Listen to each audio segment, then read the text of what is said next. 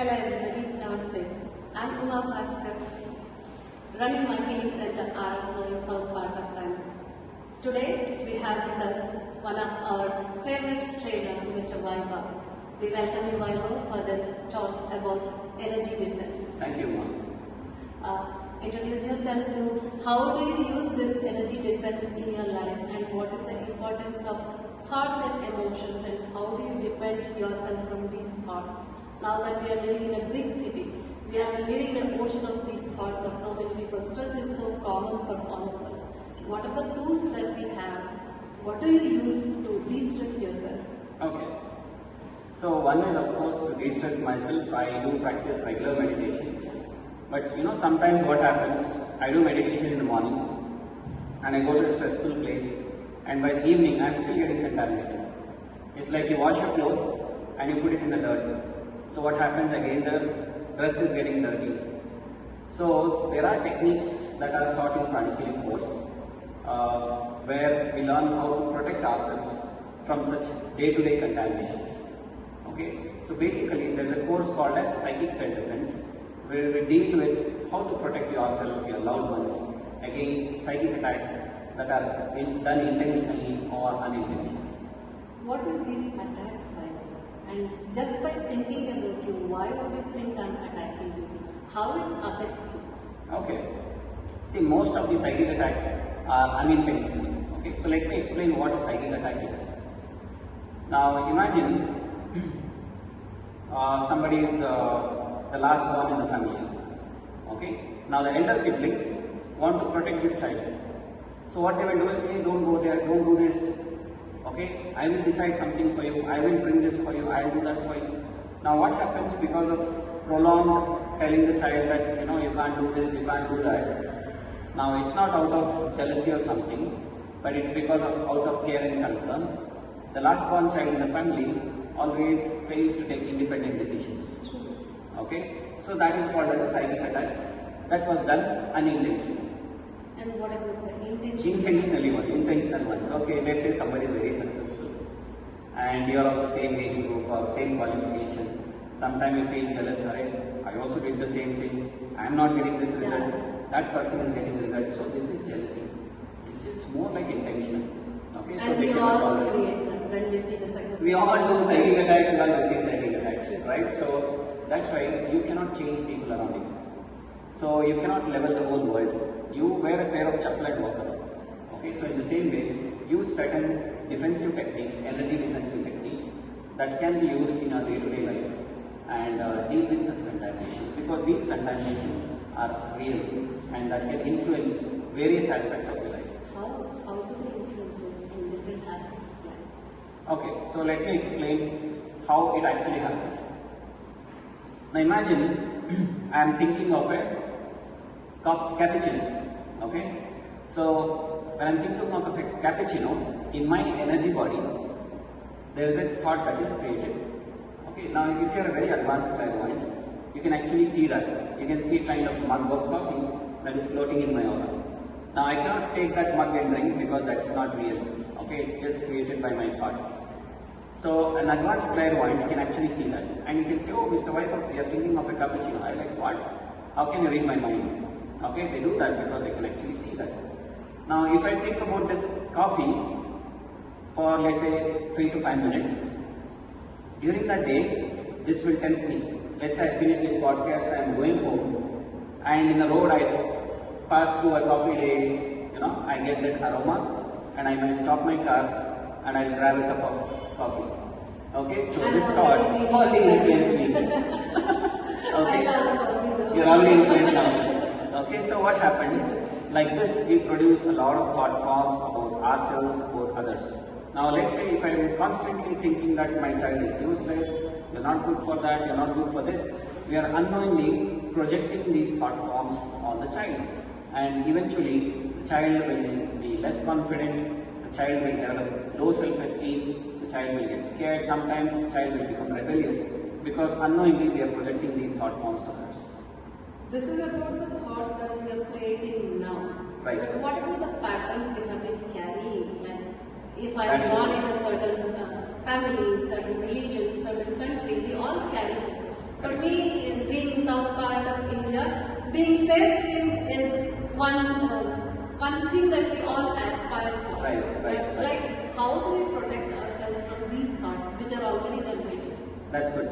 So there are techniques in pranic healing called as pranic psychotherapy, where we check the presence of these thought forms in different chakras. Chakras are basically energy centers which control and energize various internal organs, and they also are in charge of certain psychological behaviors. So these thought forms, they go into certain chakras and they clog them. For example, let's say there is a racist thought, like what you mentioned. So let's say my skin is darker, so this racist thought is in my chakra. So then what happens, whenever I want to talk in a group or talk with a person who is beautiful looking or fairer than me, I always feel that, oh, I'm not good looking, compared to this person, maybe I'll not do good in my life. So these thoughts starts coming out because I already have that calcified thought in me. So in psychotherapy, we will disintegrate those thoughts. We replace it with self-confidence. So once you do that, the person will be able to accept whatever he is with. Okay, skin color, so what? A lot of celebrities have darker skin and they are very successful and people love them. To places, you talked about the people having different thoughts. How about places? Do places also have these thoughts? Very nice. In that place? Very true. See what happens, let's say I go to a stressful working place. Okay, all the people are having deadlines and they're trying to work fast, trying to finish that, trying to finish this. Their aura stress produces this stress energy.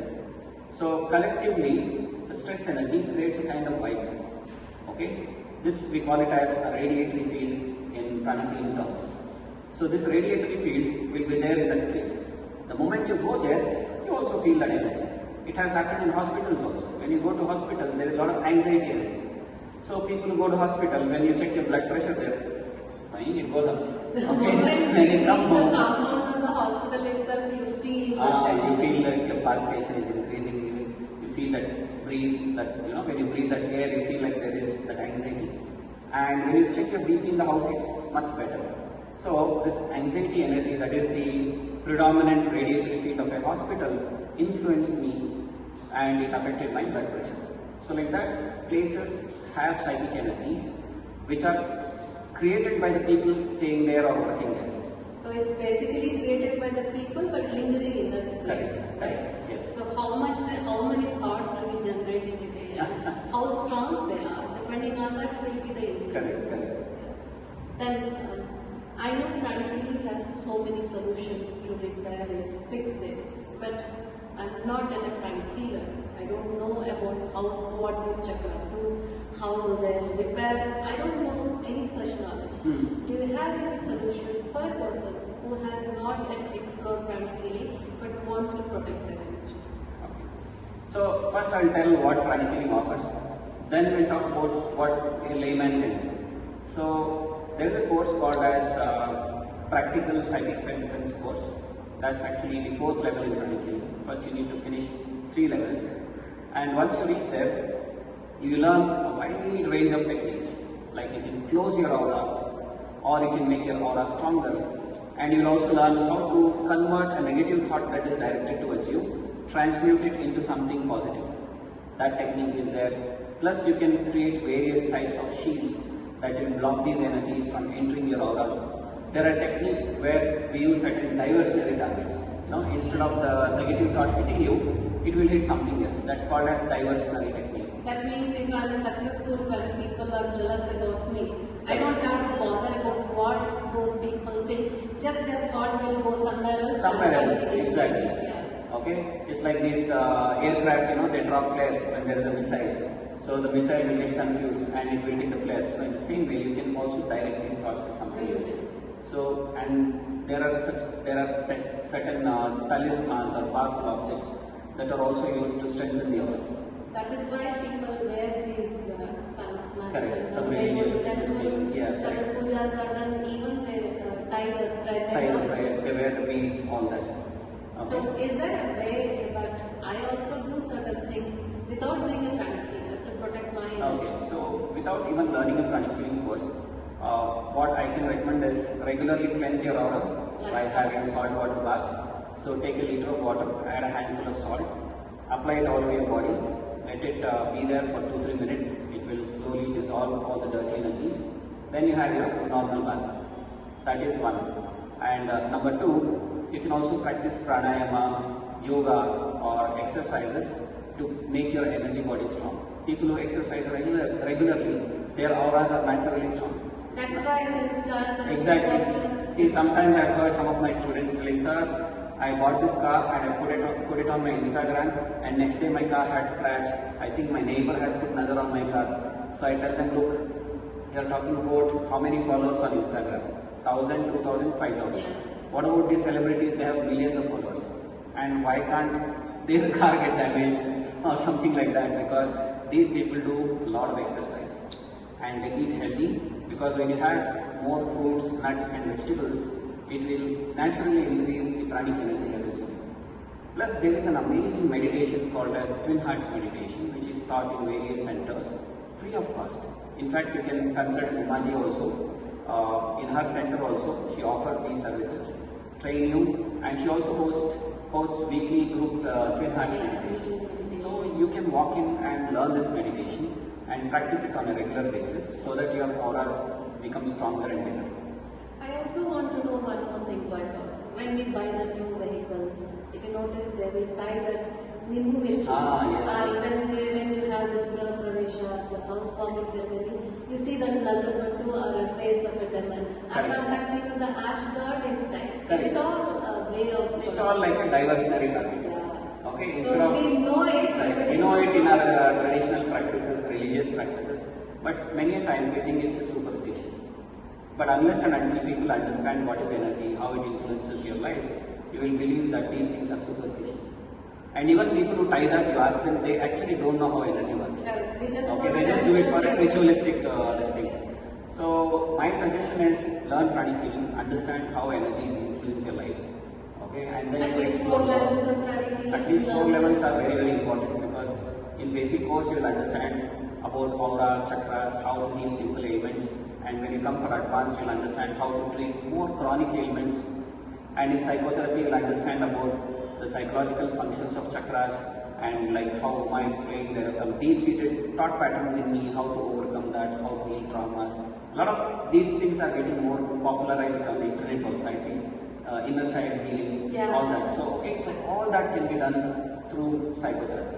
Sometimes we carry certain emotions, thought patterns from past life also. People do regression also. That is also possible in pranic healing. So you learn psychotherapy, then you come to this level and understand how to prevent those things before even they impact you.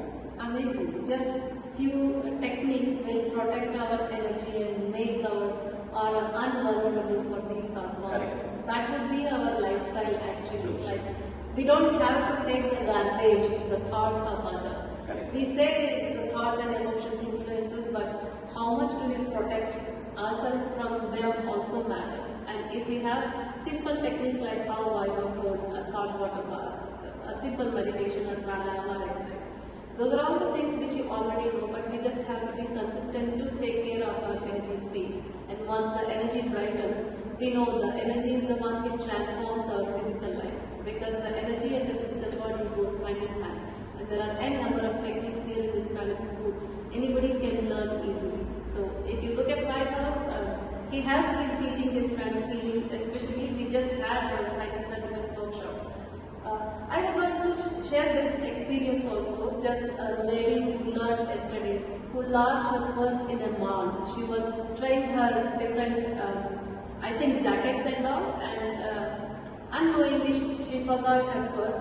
And after half an hour, she remembered that her purse was lost, and immediately she applied this technique of shielding her purse.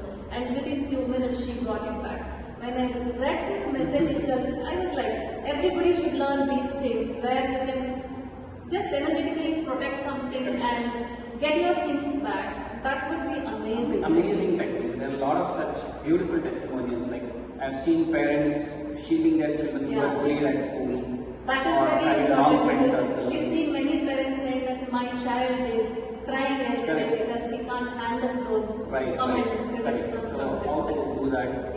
And sometimes, single ladies going late in the night, sometimes, men misbehave with them. So when you wear a shield, you don't fall into such a And that too, invisible shield. It's not a physical shield. But don't expect that you'll become like that Mr. India movie. Yeah, See, you'll not correct. become That's invisible. what You'll be not very much visible. visible. It's just that you'll not catch attention from these people who might trouble you.